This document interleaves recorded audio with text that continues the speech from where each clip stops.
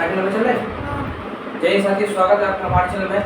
इस वीडियो के माध्यम से हम railway group D, airfield technician, RPF, JE, NTPC सारे एग्जाम में जहाँ जहाँ साइंस पूछी जाती है उसके बारे में हम विस्तार पूर्वक अध्ययन करेंगे। और चैप्टर्स का नाम हमारा है गति। गति पढ़ेंगे यानी मोशन के बारे में पढ़ने वाले इस चैप्टर में। गति, गति को इंग्लिश में बोलते हैं मोशन। हम लोग मोशन के बारे में पढ़ने वाले हैं इस वीडियो के माध्यम से। और अभी तक आपने चैनल को सब्सक्राइब नहीं किया, चैनल को सब्सक्राइब कर लिया, वीडियो को लाइक कर देना। और उसके बाद जो कि हम लोग सबसे पहले पढ़ेंगे गति। तो सबसे पहले ये देखो गति किसे कहते हैं, व्हाट इज मोशन। देखिए इसका हम आपको विस्तार पूर्वक बताएं आपको कि गति किसे कहते हैं, यानी मोशन किसे कहते हैं। यदि कोई वस्तु समय के साथ, एक मिनट के दोस्तों,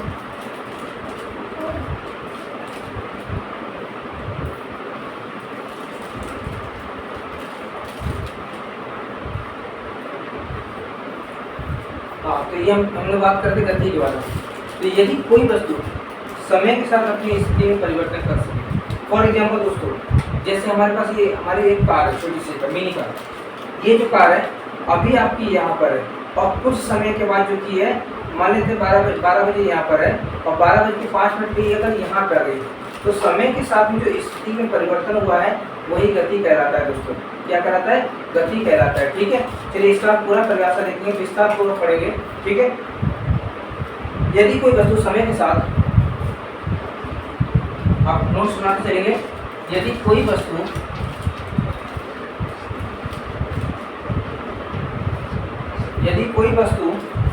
समय के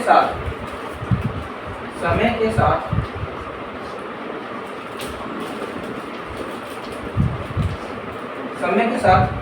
अपनी स्थिति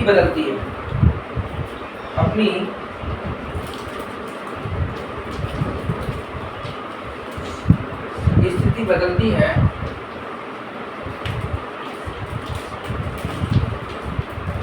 स्थिति बदलती है, तब समय के साथ उसकी स्थिति में,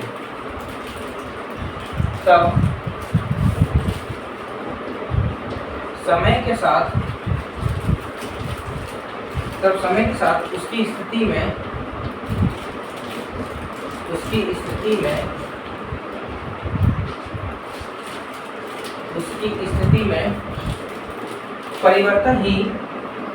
स्थिति में परिवर्तन ही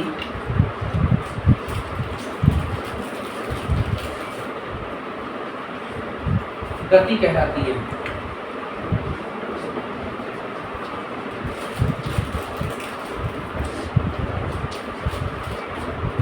देखिए दोस्तों, गति किसे कहते हैं, आप इसके स्क्रीनशॉट ले सकते हैं कि यदि गति के बारे में पढ़ेंगे कि यदि कोई वस्तु समय के साथ अपनी स्थिति बदल दे, तब समय के साथ उसकी स्थिति में परिवर्तन ही गति कहलाती है।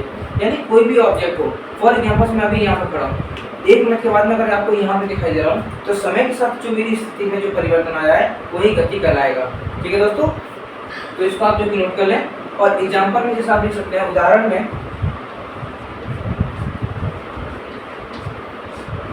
में देख सकते हैं, पैदल चलता हुआ व्यक्ति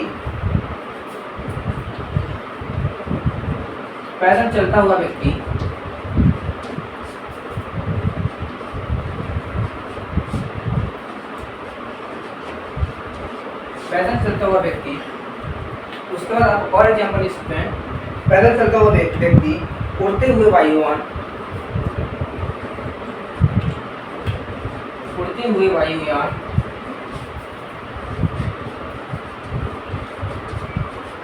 ठीक है। और भी आप एग्जाम्पल ले सकते हैं कि आकाश में गति करते हुए तारे, चंद्रमा और सूर्य आदि। ये डेफिनेशन हम इंग्लिश कर देते हैं और भी एग्जाम्पल जो ऊपर लिख देते हैं। ठीक है, आप नोट कर लेंगे।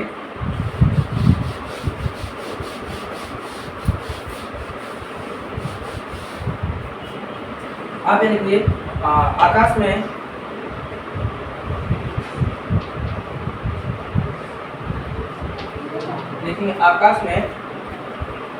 गति करते हुए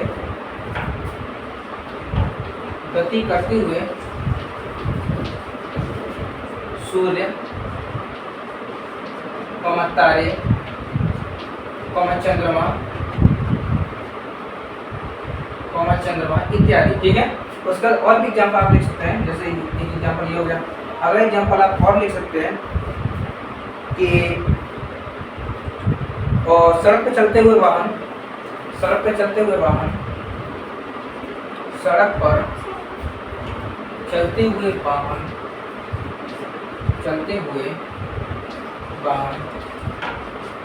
ठीक है दोस्तों।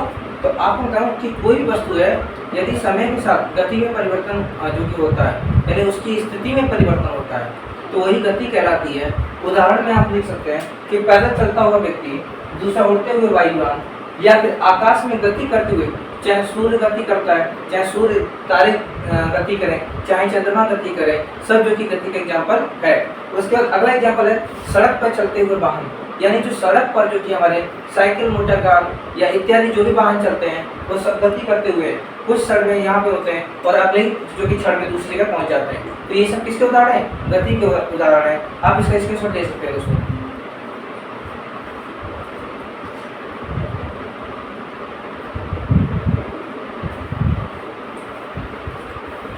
ठीक है, अब हम लोग आगे बढ़ते हैं।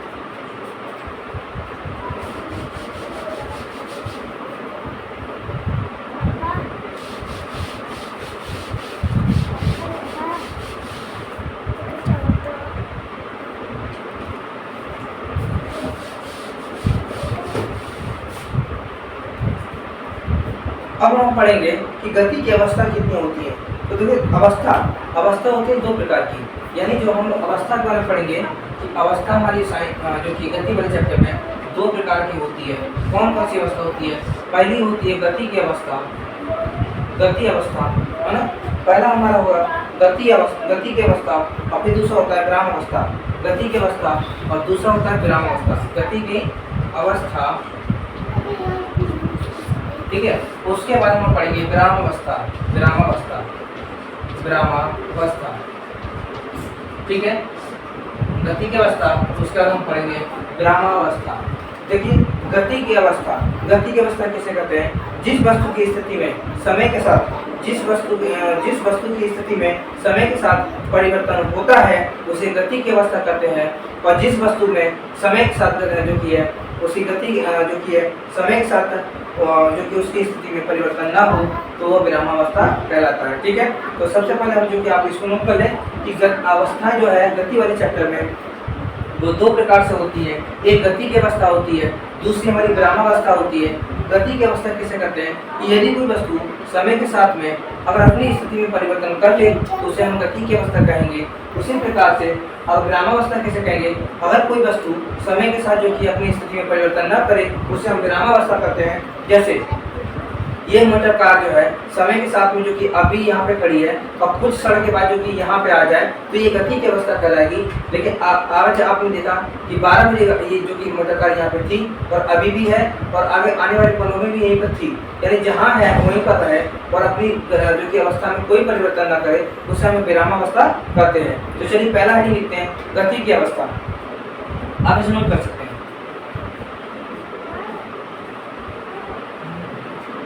तो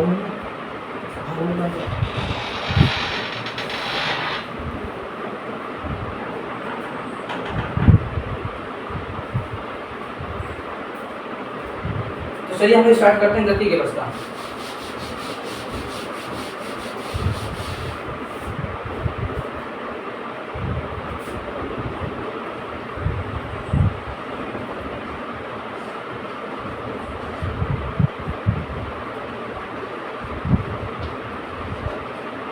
गति की अवस्था, ठीक है। अभी हम लोग पढ़ेंगे गति की अवस्था के बारे में। ठीक है, तो जानिए कि ऐसी वस्तु जिनमें समय परिवर्तन, ऐसी वस्तु है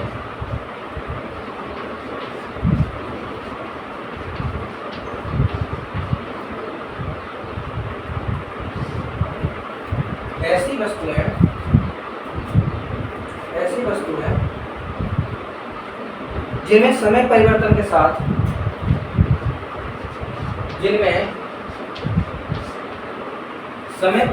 साथ जिनमें समय परिवर्तन के साथ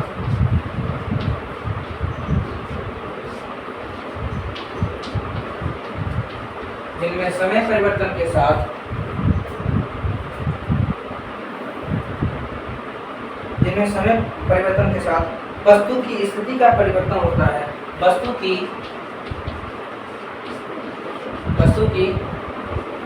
स्थिति में परिवर्तन, वस्तु की स्थिति का परिवर्तन होता है। वस्तु की स्थिति का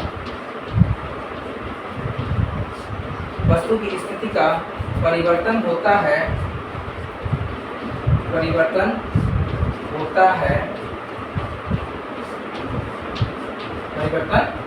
है। ठीक है, परिवर्तन होता है, गति की अवस्था कहलाती है। देखिए गति की अवस्था कैसे करते हैं दोस्तों, ये एकदम फाउंडेशन बैच की तरह आप जो कि एआरपी, टेक्नीशियन, ग्रुप-डी, चाहे जेई हो, चाहे उस सभी के लिए आप जो कि प्रिपेयर हो सकते हैं। और सबसे पहले चैनल को सब्सक्राइब कर लें, वीडियो को लाइक कर देना। और हम लोग टॉपिक चल रहा हमारा जो कि चैप्टर चला गति की अवस्था फिजिक्स में, और जिसमें भी टॉपिक्स हम गति पढ़ चुके हैं। और उसमें गति की दो अवस्था होती है, एक गति की अवस्था होती है और दूसरा जो कि विराम अवस्था होता है। गति की अवस्था के बारे में हम पढ़ रहे हैं। इसका मतलब क्या हुआ, गति की अवस्था किसे कहेंगे कि ऐसी वस्तुएं जिनमें समय परिवर्तन के साथ में वस्तु की स्थिति का परिवर्तन होता है। यानी ऐसी वस्तुएं जिनमें समय परिवर्तन के साथ यानी समय में जो परिवर्तन आएगा उसके साथ साथ उसकी स्थिति में भी परिवर्तन आना चाहिए। अगर ऐसा होता है तो वो गति की अवस्था कहलाती है। ठीक है, उसके बाद हम पढ़ेंगे विरामावस्था। तो सबसे पहले इसका आप स्क्रीनशॉट या नोट कर सकते हैं। चलिए स्टार्ट करते हैं हम विरामावस्था।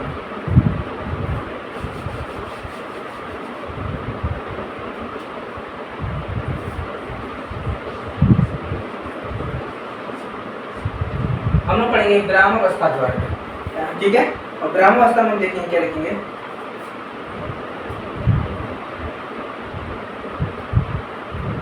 तो ऐसी वस्तुएं जिनमें समय परिवर्तन के साथ वस्तु की स्थिति में परिवर्तन नहीं होता है। वस्तु की स्थिति में परिवर्तन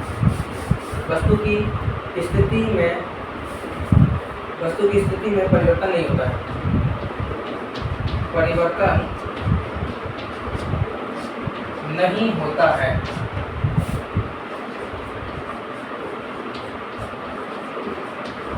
ठीक है, विरामावस्था कैसे कहते हैं, ऐसी वस्तुएं जिनमें समय परिवर्तन के साथ वस्तु की स्थिति में परिवर्तन नहीं होता है उसे हम क्या कहते हैं, विरामावस्था कहते हैं। क्या कहते हैं दोस्तों, विरामावस्था कहते हैं। ठीक है दोस्तों, तो सबसे पहले जो कि आप इसको जो कि है आप स्क्रीनशॉट ले लें या नोट करना चाहते हैं नोट कर लें। ठीक है,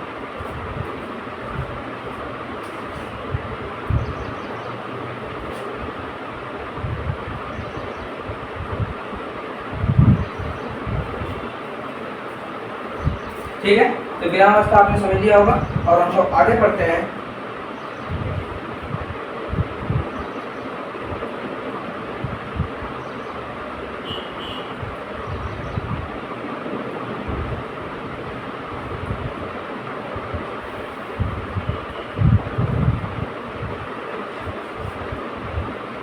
इसको आप नोट कर लीजिए। उसके बाद हम लोग आगे बढ़ते हैं और हम लोग पढ़ेंगे दूरी के बारे में। ठीक है दोस्तों, और हम लोग पढ़ेंगे दूरी के बारे में। उसके बाद पुस्तक को जानिएगा।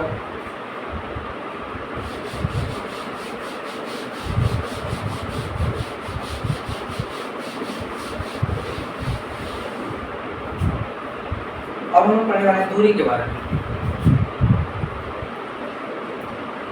दूरी यानी डिस्टेंस।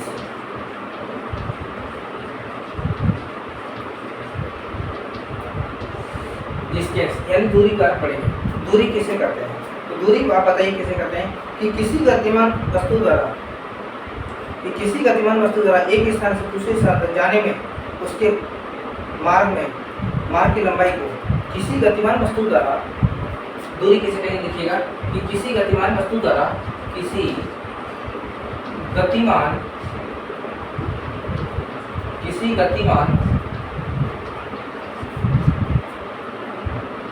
वस्तु द्वारा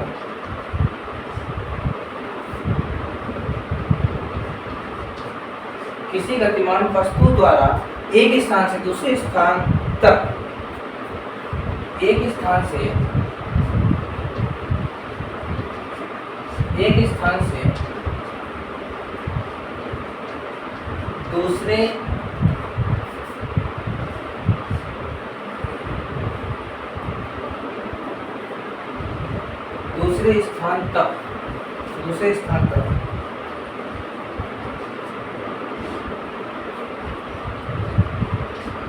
दूसरे स्थान तक जाने में उसके मार्ग की लंबाई, जाने में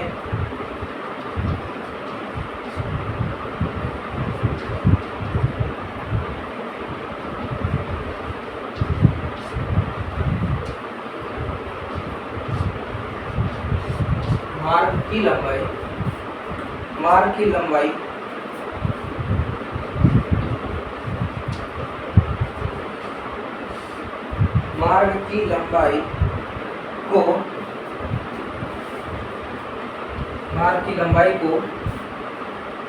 की लंबाई को वस्तु द्वारा तय की गई दूरी करते हैं। वस्तु द्वारा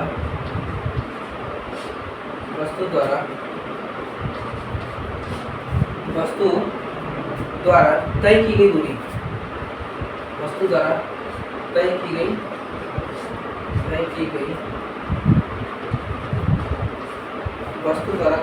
की गई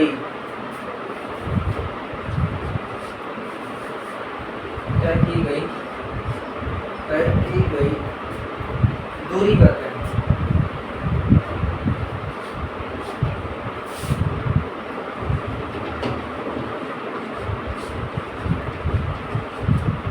ठीक है, आप पढ़ लीजिए कि किसी गतिमान वस्तु द्वारा एक स्थान से दूसरे स्थान तक जाने में उसके मार्ग की लंबाई को वस्तु द्वारा तय की गई दूरी करते हैं। ठीक है, यानी कोई भी गतिमान वस्तु हो, दूरी किसे कहेंगे कि कोई भी गतिमान वस्तु हो, किसी गतिमान वस्तु द्वारा एक स्थान से दूसरे स्थान तक जाने में उस मार्ग की लंबाई को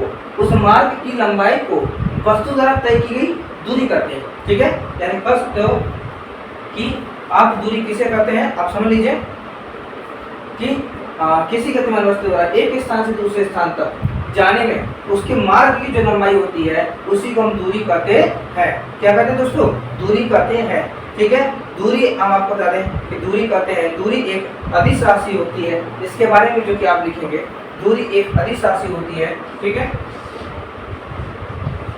दूरी एक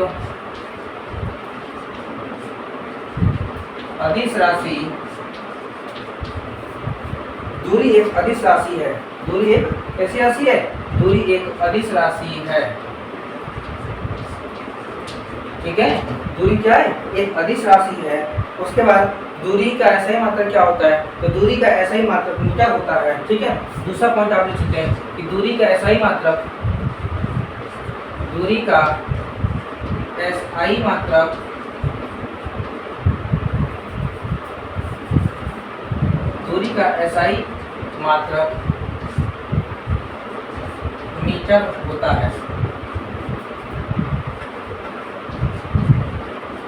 होता है। ठीक है, तो आप इतना नोट कर लीजिए, फिर हम लोग जो कि आगे बढ़ते हैं।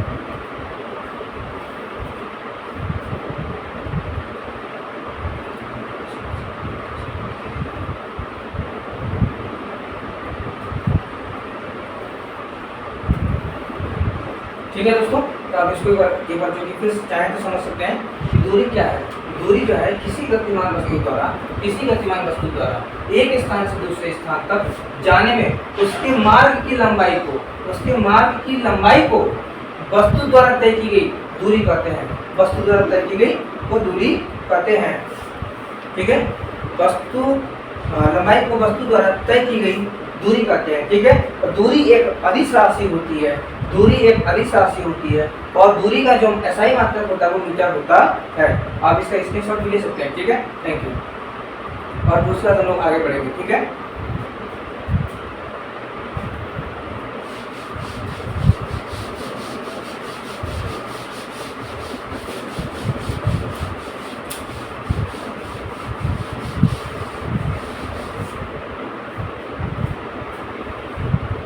अब हम लोग पढ़ने वाले हैं विस्थापन। विस्थापन किसे कहेंगे, ठीक है, विस्थापन किसे कहेंगे, उसके बारे में जो कि है इस वीडियो के माध्यम से हम जानने वाले हैं। तो आप चलिए सबसे पहले देखिए विस्थापन।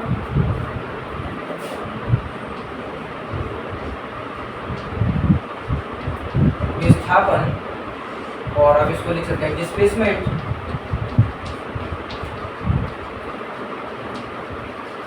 डिस्प्लेसमेंट और हम इसके बारे में भी विस्तार से पढ़ने वाले हैं, डिस्प्लेसमेंट के बारे में, ठीक है।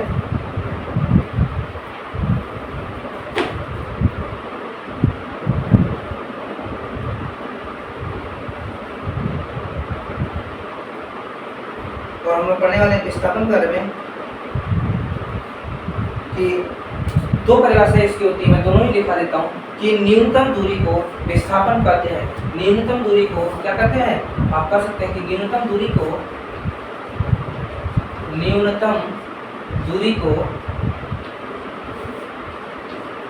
जो न्यूनतम दूरी को हम क्या बोलते हैं, न्यूनतम दूरी को विस्थापन कहते हैं।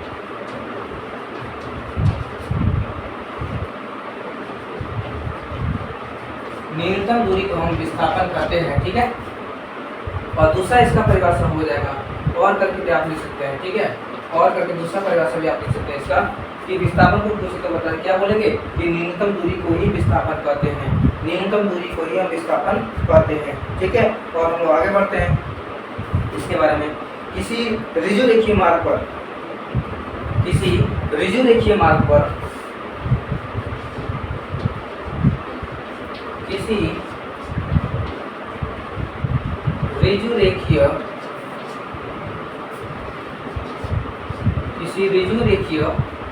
मार्ग पर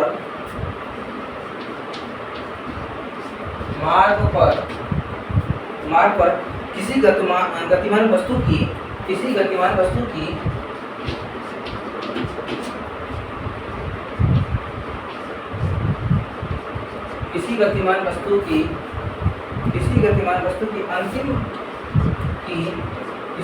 वस्तु की अंतिम एवं प्रारंभिक स्थितियों के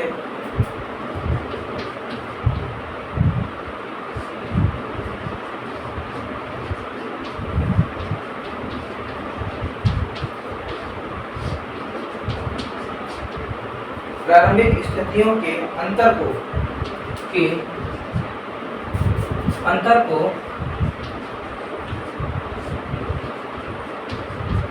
को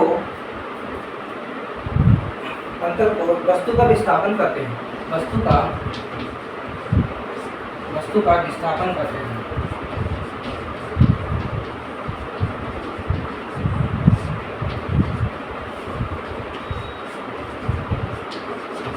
ठीक है।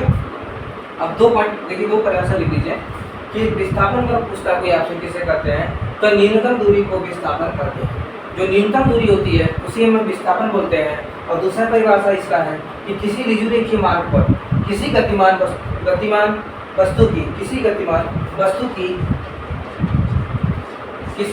वस्तु की अंतिम एवं प्रारंभिक स्थितियों के अंतर को वस्तु का विस्थापन करते हैं। यानी अंतिम स्थिति और प्रारंभिक स्थिति के बीच का जो अंतर होगा वही हमारा जो कि विस्थापन कहलाएगा। आप दोनों ही जो कि परिभाषाएं नोट कर लें।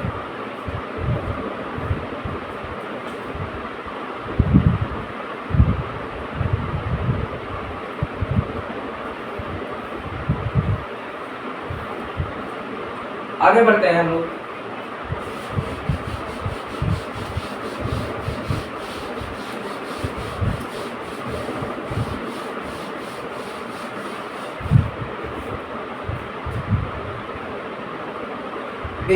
आगे कुछ पॉइंट और नोट करते हैं, इंपॉर्टेंट पॉइंट। विस्थापन एक सदिश राशि है। विस्थापन क्या है, विस्थापन हमारी एक सदिश राशि है।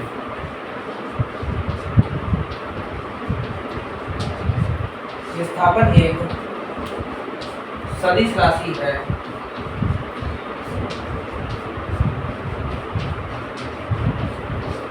विस्थापन क्या है, एक सदिश राशि है, ठीक है।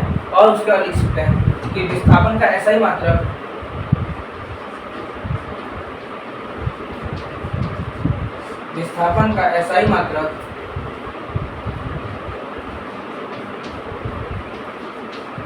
SI मात्रक मीटर होता है, मीटर होता है।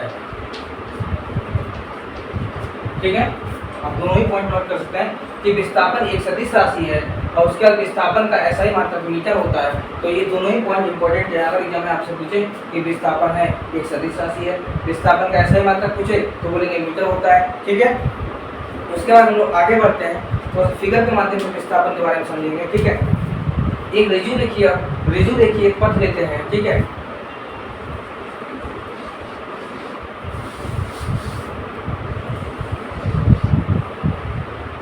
देखिए जैसे ये है, ये पॉइंट हमारा A था और ये वाला पॉइंट हमारा B है। ठीक है, तो दोस्तों ये जो हमने जो कवर किया है इस प्रकार से रिज्यू रेखीय मार्ग, तो ये एक प्रकार की दूरी है। ठीक है, लेकिन हमको इसका न्यूनतम, हमने एक परिभाषा पढ़ा था कि न्यूनतम दूरी को ही विस्थापन करते हैं, यानी कम से कम जो दूरी हम चलेंगे। तो देखिए अगर A से B के पास जाना है और हमने इस प्रकार से घूम के जाते हैं तो ये एक प्रकार की दूरी कहलाती है।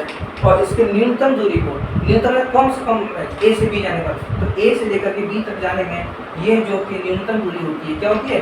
न्यूनतम दूरी होती है। इसी न्यूनतम दूरी को हम विस्थापन कहते हैं। ठीक है, उसके बाद हम लोग जो किया एक फिगर के माध्यम से और जानेंगे। ठीक है, उसको भी आप जो कि नोट कर लेंगे, इसको भी आप नोट कर लीजिएगा। ठीक है, हम दूसरा फिगर लेते हैं।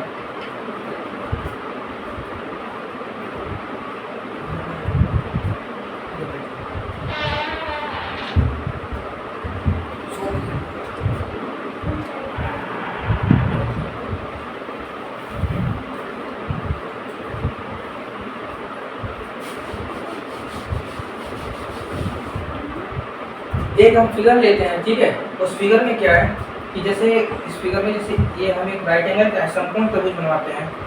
ठीक है, और इसका नाम A रखते हैं, इसका नाम B रखते हैं और इसका नाम C रखते हैं। फॉर एग्जाम्पल हम मान लेते हैं कि जो AB है वो हमारा 3 किलोमीटर है, A से B तक, और उसका B से लेकर A तक जाने में हमारा 4 किलोमीटर। ठीक है, कितना? 4 किलोमीटर। यानी C से हमको A के पास जाना है, लेकिन इस प्रकार से पहले हम जो किए इधर जाएंगे, उसके बाद इधर जाएंगे। तो अगर मैं आपसे दूरी के बारे में बात करूँगा तो भी आप बता सकते हैं, लेकिन अभी हम बात करेंगे विस्थापन के बारे में। ठीक है, तो दूरी बात करूँ, फॉर एग्जाम्पल में इसको इरेज कर देते हैं कि हमें जो कि C से A के पास जाना है इस मार्ग से। ठीक है, तो दूरी के बारे में बात करूँगा तो मैं आपसे, तो आप बोलेंगे जो दूरी है, दूरी जो है हमारी कितनी हो जाएगी? जो कि A से हमें C के पास जाना है, तो A से B के पास जाएंगे 4 किलोमीटर और B से C के पास जाएंगे 3 किलोमीटर, यानी AB प्लस BC, और AB जाएंगे तो 4 किलोमीटर और प्लस BC जाएंगे तो 3 किलोमीटर, यानी कुल मिला के दूरी कितनी होती है? 7 किलोमीटर होती है। ठीक है, इसका मतलब क्या हुआ कि अगर दूरी 7 किलोमीटर हुई तो हमने दूसरा पॉइंट पढ़ा कि विस्थापन कार्य में कि न्यूनतम दूरी को ही विस्थापन कहेंगे। तो न्यूनतम दूरी क्या हो जाएगी इसके बीच में? तो न्यूनतम दूरी हमारे लिए तो यही होगी, यानी क्या इस 7 किलोमीटर से कम ये आना चाहिए, तभी हम न्यूनतम दूरी बोलेंगे इसको। क्यों? तभी तो बोलेंगे इसको, हम 7 से कम आना चाहिए तो उससे क्या बोलेंगे? न्यूनतम दूरी बोलेंगे। तो अब चेक करते हैं इसके माध्यम से क्या ये 7 आता है। ठीक है, तो आप देखिए अगर आप इसमें जो कि पहले इसको इरेज कर देते हैं। ठीक है,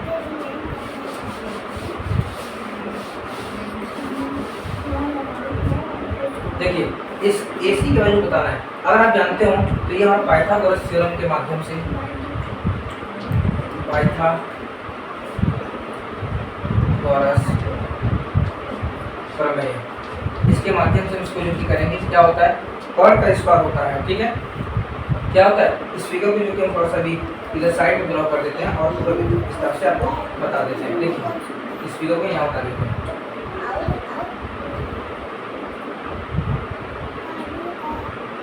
ये हमारा पॉइंट A था, ये B था, ये C था और ये 4 किलोमीटर था, ये 3 किलोमीटर था। ठीक है, हमें AC को जो पता करनी है, न्यूनतम दूरी, विस्थापन क्या होगा? न्यूनतम दूरी होगा, यानी इसी से डायरेक्टली A के पास जाना है। ठीक है, तो देखिए इसके बारे में, ठीक है, इसको इरेज करते हैं और पूरा विस्तार से आपको समझाने की कोशिश करते हैं। ठीक है, तो जानते हैं कि ये क्या होता है? कर्ल का स्क्वायर, पाइथागोरस थ्योरम क्या होता है? कर्ल का स्क्वायर बराबर होता है लंब स्क्वायर, यानी जो लंब है उसका स्क्वायर और प्लस में आधार का स्क्वायर। क्या होता है? आधार का स्क्वायर। ठीक है, ये होता है कर्ण। किसे बोलते हैं? AC को। तो AC हमारा कर्ण हो गया।